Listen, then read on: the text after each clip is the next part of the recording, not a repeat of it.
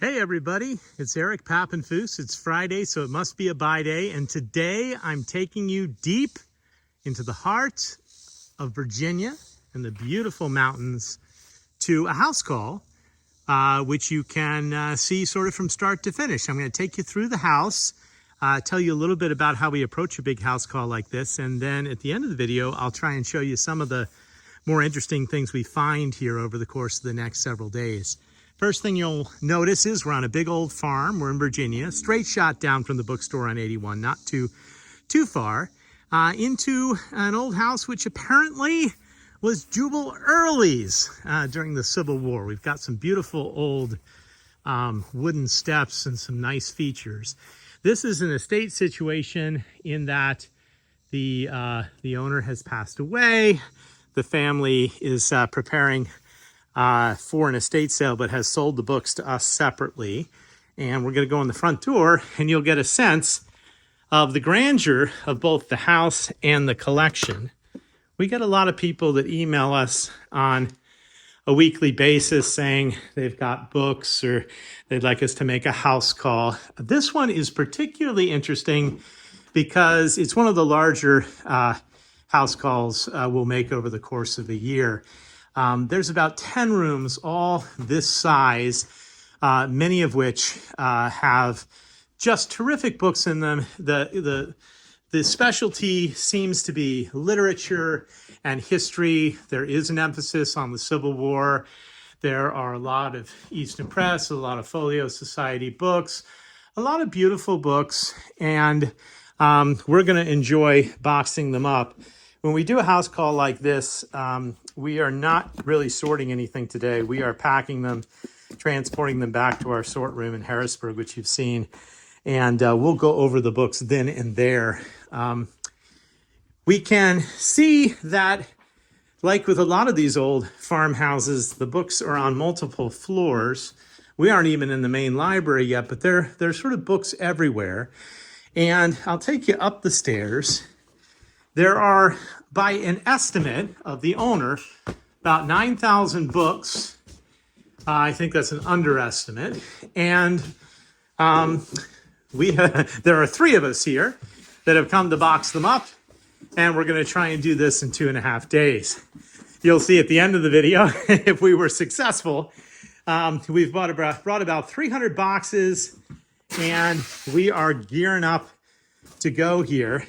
This gives you a little sense more of the scholarly Civil War that's here, your classic sort of University Press titles on that topic.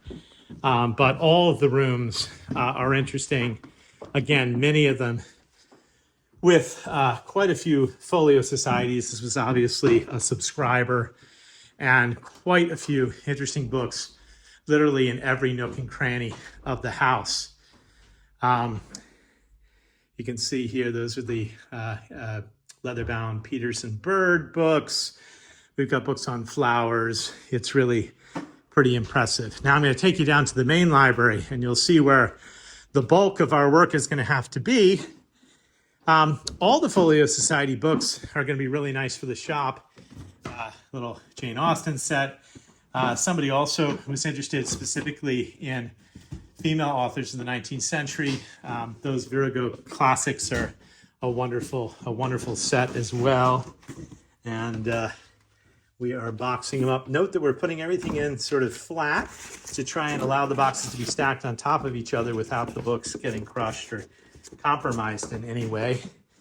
Ty, this is your first week. What's your 2-second impression of this house? Overwhelming. It is. Okay, good. I think that's the message that this video is gonna take from many people. If you're curious what 9,000 books in a house looks like, you'll have to see the main library, and then we'll end the first half of this video. But like a lot of these farmhouses, there are books everywhere. I was told there are even books underneath the stairs. I wonder if that's yeah, look at what's in here. A lot of older books in there too. So we are going to be going through quite a lot of stuff. But if we go all the way to the back, you will see the bulk of the main library is in here. And here we are now opening up into an actual library with built-in shelves, tall bookcases, lots of wonderful things. Here's where the bulk of the serious collection is, the more specific Civil War books, a lot of books on race and the South. I told you already, older books that we're going to have to go through carefully and sort of see what there is. But this is a good, beautiful picture of some of the folios. Lots of wonderful, wonderful folio additions in the slipcases. Looking good. It's going to be quite fun. There's the fairy book. Those might be my favorite of all the Folio Society books that have ever been done. They're absolutely gorgeous books. Let me see if I can show you this one in a way that you can appreciate it. Look at how amazing this is. And that just matches the beginning of the illustrations there. Okay, well, that's the first half of this video. We're now going to work for the next several days, and then I'll take you through and maybe show you some of the highlights of what we've found. Okay. So after the end of day one, we have filled the van. It is exciting. There are about 150 boxes going all the way back, and we're going to take the first trip now to Harrisburg. It's amazing that it can carry that much weight. This is quite the library. Is there anything you can tell me about the farm? Well, this farm, this house was built in the 1830s. My wife's grandmother and grandfather lived here, and it was an active dairy farm. They milked 200 cattle. Yeah. Up until about 5 years ago. He was a local historian. They've recently died, and then my brother-in-law, Carter, recently died as well. So we're settled in the state. Just a beautiful farm. I see the corn is about ready for harvesting. Yeah, the corn is spectacular. Yeah. Right? Of course, Pennsylvania is no slouch for agriculture. Yeah. Well, my name is Dabney. Hello. That is an old family name and a Virginia name. We're on day 2 here in the clean out of this amazing house here in the heart of Virginia.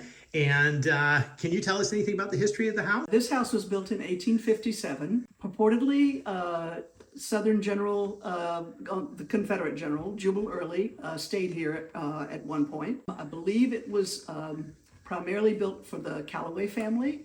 There is a family cemetery. My grandparents bought it in probably the late 1920s, early 1930s. And my father and his family grew up here. They were dairy farmers for 70 plus years, all told, easily. Well, the entire time. I mean, since, somebody was dairy farming it, but my aunt, uncle, and brother were the last dairy farmers, and that's it. Well, thanks so much. It's been an honor to work in here. So the very floorboards, the Jubal Early tread back in the Civil War era. You can see our stack of boxes is dwindling. We'll see you again when we finish packing. Well, after 3 days and much packing, we are done. As you can see, the shelves in this beautiful old farmhouse are empty. The hallway's empty, the cases are empty, and outside, waiting for van number 2, we've got another 165 boxes. Interestingly, we determined 165 to 170 boxes is what fits in our big white book moving van. Good knowledge for the future. I did promise you a couple highlights, so we're going to the back library. This was stuffed with books everywhere. It's now empty and all fully processed with all 9,000 books going back to Harrisburg. A couple little highlights on the table. I promised you a few things. Much has been made of Jubal Early on this trip. Well, it turns out that old Jube really did stay here. I've got proof in this interesting Gary Gallagher intro biography of Jubal Early. The highlights of the library were definitely the Folio Society of books, of which there were probably 600 or 700, which will be going into the bookstore. But they also had a really nice series of Collectors Library Eastons, some of the better ones that you don't see all the time. What's interesting about the series is it's basically Easton Press reprinting great famous illustrated works. So this is Wind in the Willows, but it's not just that. It's Arthur Rackham's illustrated Wind in the Willows with lots of great imagery. Same thing, Dostoevsky. This one you don't see a lot. Dostoevsky, very popular, but the collector's edition of Notes on the Underground is beautifully illustrated. It's also a double book. It's got half going in that direction, then you flip it over and the other half is going in that direction, which is pretty neat. And then one Civil War book to end with.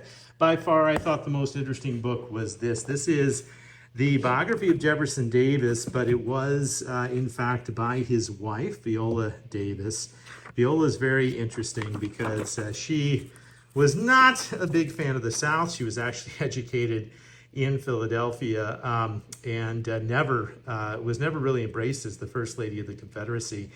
But after the Civil War, the family was impoverished and she needed to make some money, so she wrote what she considered was a memoir of her husband with a lot of sort of detailed information that you don't get in many of the other biographies. This is the deluxe edition. She thought it was going to make her fortune, but nobody bought it. It was not a best-selling work. It didn't come out until 1890, and this is the three-quarter leather version of the Jefferson Davis biography, an interesting historical artifact. And we're going to end with a funny book. Dozens and dozens of cats here. Hope none of my crew was allergic, but you wouldn't have made it. And who knew there was a whole series of cat books by Lillian Jackson Braun that get increasingly sort of metaphysical. The cat who went into the closet, the cat who talked to ghosts, the cat who wasn't there, and wait, the cat who could read backwards, 8 Danish Modern turned on and off. I think Lillian Braun might have been getting a little desperate after cat book number 50. I told you this was an old dairy farm. We're going to end by calling the workers in from the fields. They were harvesting hay earlier today.